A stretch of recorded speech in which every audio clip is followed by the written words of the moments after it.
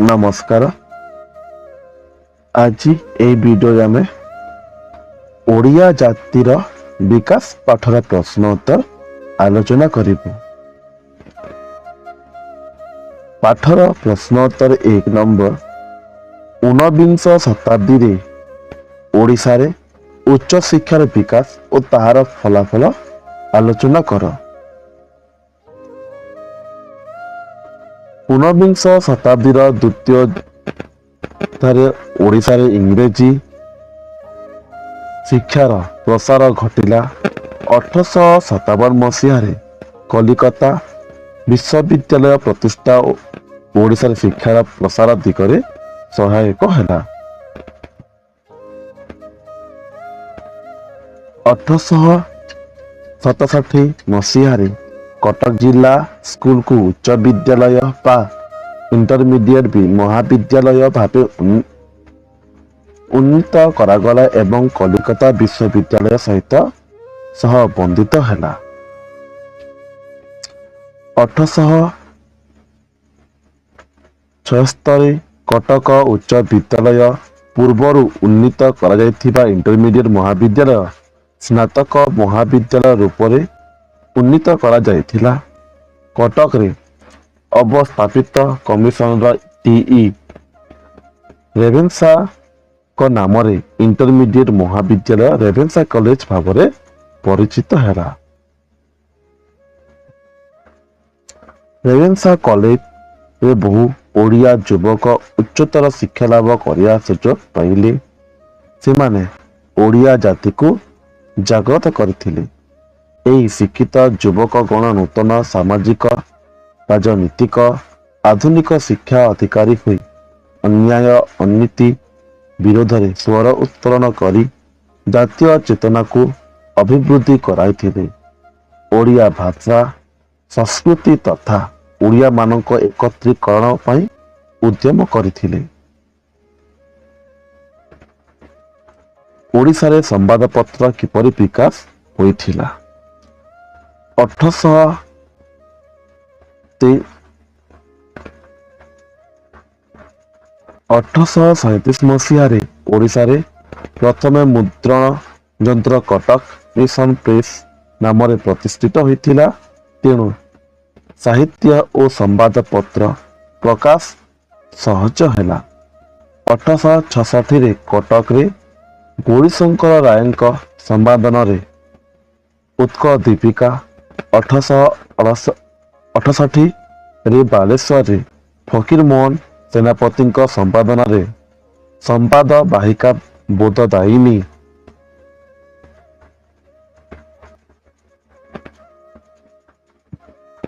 1899 रे नीलमणि विद्यारत्न द्वारा बामंडारू तमलपुर हितैषिणी आदि संवादपत्र प्रकाशित हुई उत्कलीय भाव को जागृत करिथिला।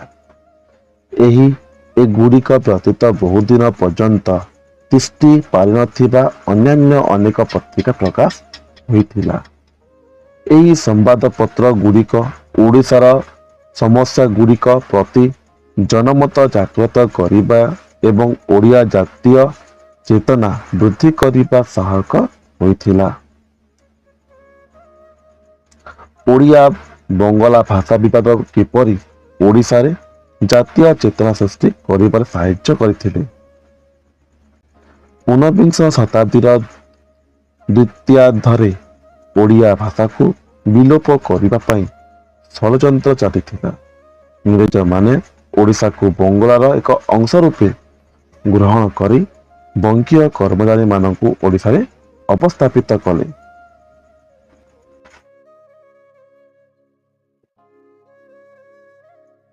एही बंगीय माने ही ओडिशा रे बंगला भाषार प्रचार रे मौन रहिले। कटकर कलेक्टर बंगला भाषा को सरकारी भाषा रूपे स्वीकृत प्रदान करथिले। छापाखानार अभाव एवं बुद्धिजीवी स्वल्पता हेतु ओडिया भाषा रे पाठ्यपुस्तक संख्या कम थिला।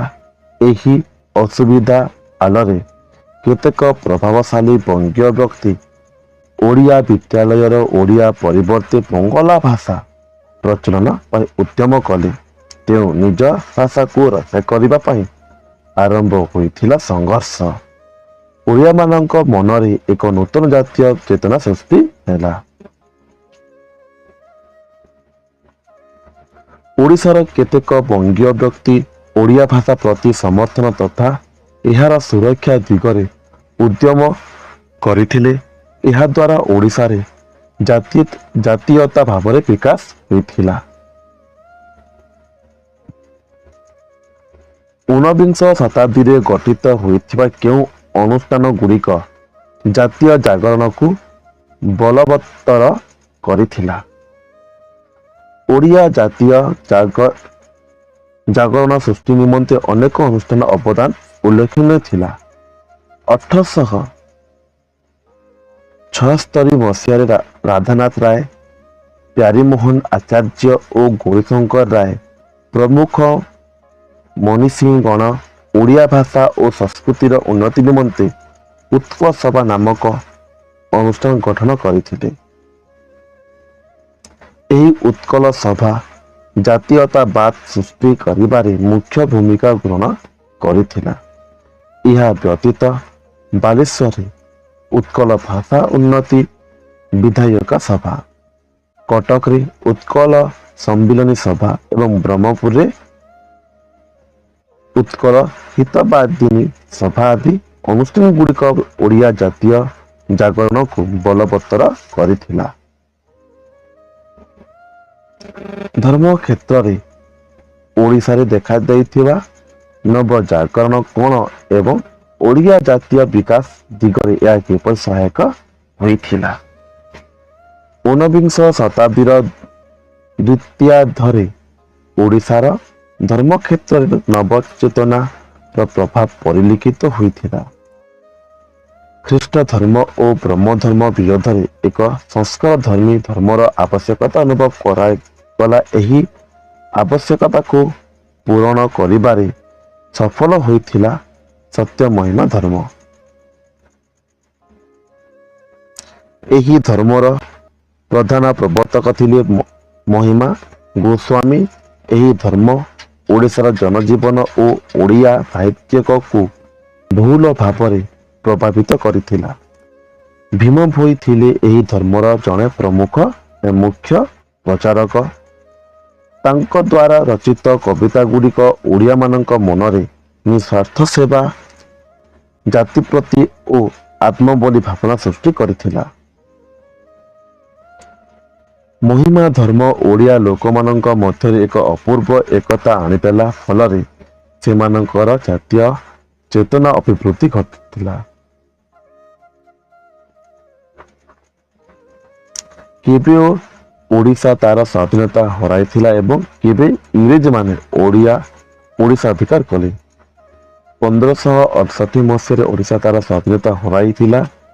1803 ମସିହାରେ ଇଂରେଜମାନଙ୍କ ଦ୍ୱାରା ଓଡ଼ିଶା ଅଧିକୃତ ହେଲା। ଓଡ଼ିଶାରେ ଶିକ୍ଷାର ପ୍ରସାର ପାଇଁ କ'ଣ ସହାୟକ ହୋଇଥିଲା?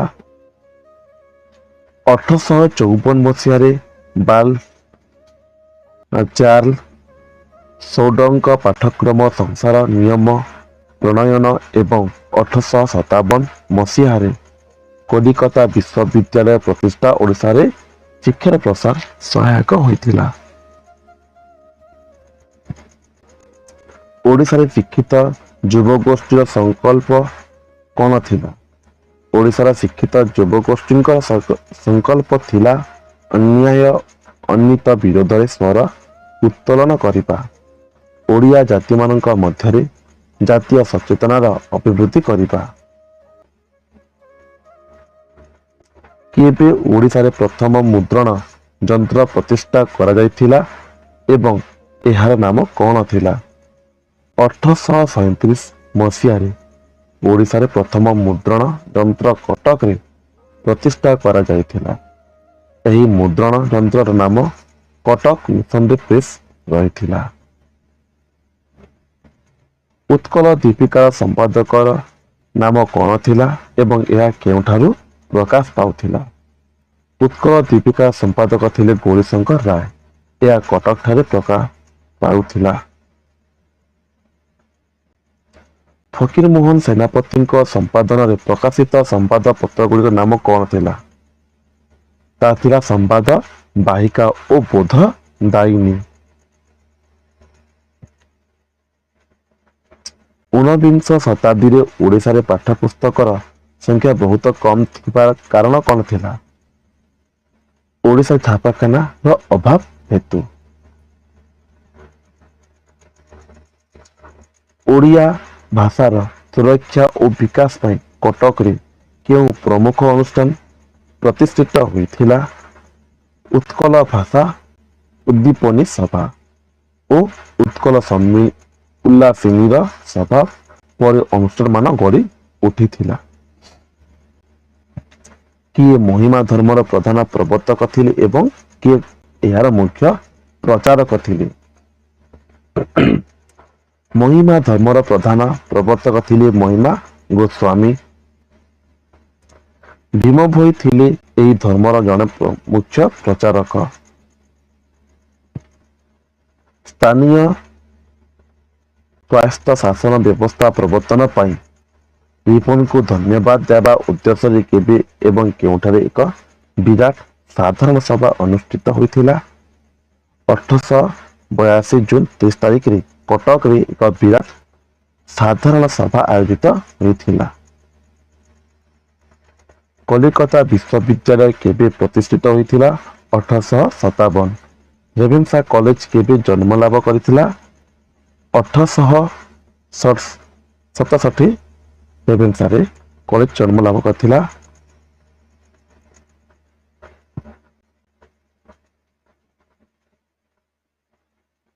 ଇଣ୍ଟରମିଡିଏଟ ମଧ୍ୟ କରାଗଲା। କେଉଁ ଶିକ୍ଷାନୁଷ୍ଠାନ କଟକ ଜିଲ୍ଲା ସ୍କୁଲକୁ ଉନ୍ନତି କରାଯାଇ? କିଏ ଓଡ଼ିଶାର ପ୍ରଥମ ସ୍ନାତକ ହୋଇଥିଲେ? ମଧୁସୂଦନ ଦାସ। ସମ୍ବଲପୁରର ହିତୈଷିଣୀ ପ୍ରକାଶକ କିଏ ଥିଲେ? ନୀଳମଣି ବିଦ୍ୟାରତ୍ନ। ମରହଟ୍ଟା ମାନେ କେଉଁ ଭାଷାକୁ ଓଡ଼ିଶାର ରାଜଭାଷା ରୂପେ ମାନ୍ୟତା ଦେଇଥିଲେ? ଫାର୍ସି ଭାଷାକୁ। ଉତ୍କଳ ଭାଷା ଉନ୍ନତି ବିଧାୟିନୀ ସଭା କେଉଁଠାରେ ଅବସ୍ଥିତ ଥିଲା? କଟକଠାରେ।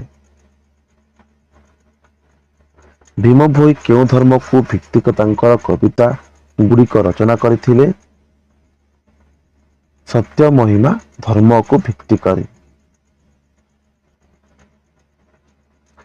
ଟି.ଇ. ରେଭେନ୍ସା କେଉଁଠାରେ ନୂତନ ନଦୀବନ୍ଧ ନିର୍ମାଣ କରିଥିଲେ? ଟି.ଇ. ରେଭେନ୍ସା ଆଲି ଓ ବାଙ୍କିଙ୍କ ଠାରେ ବନ୍ଧ ନିର୍ମାଣ କରିଥିଲେ।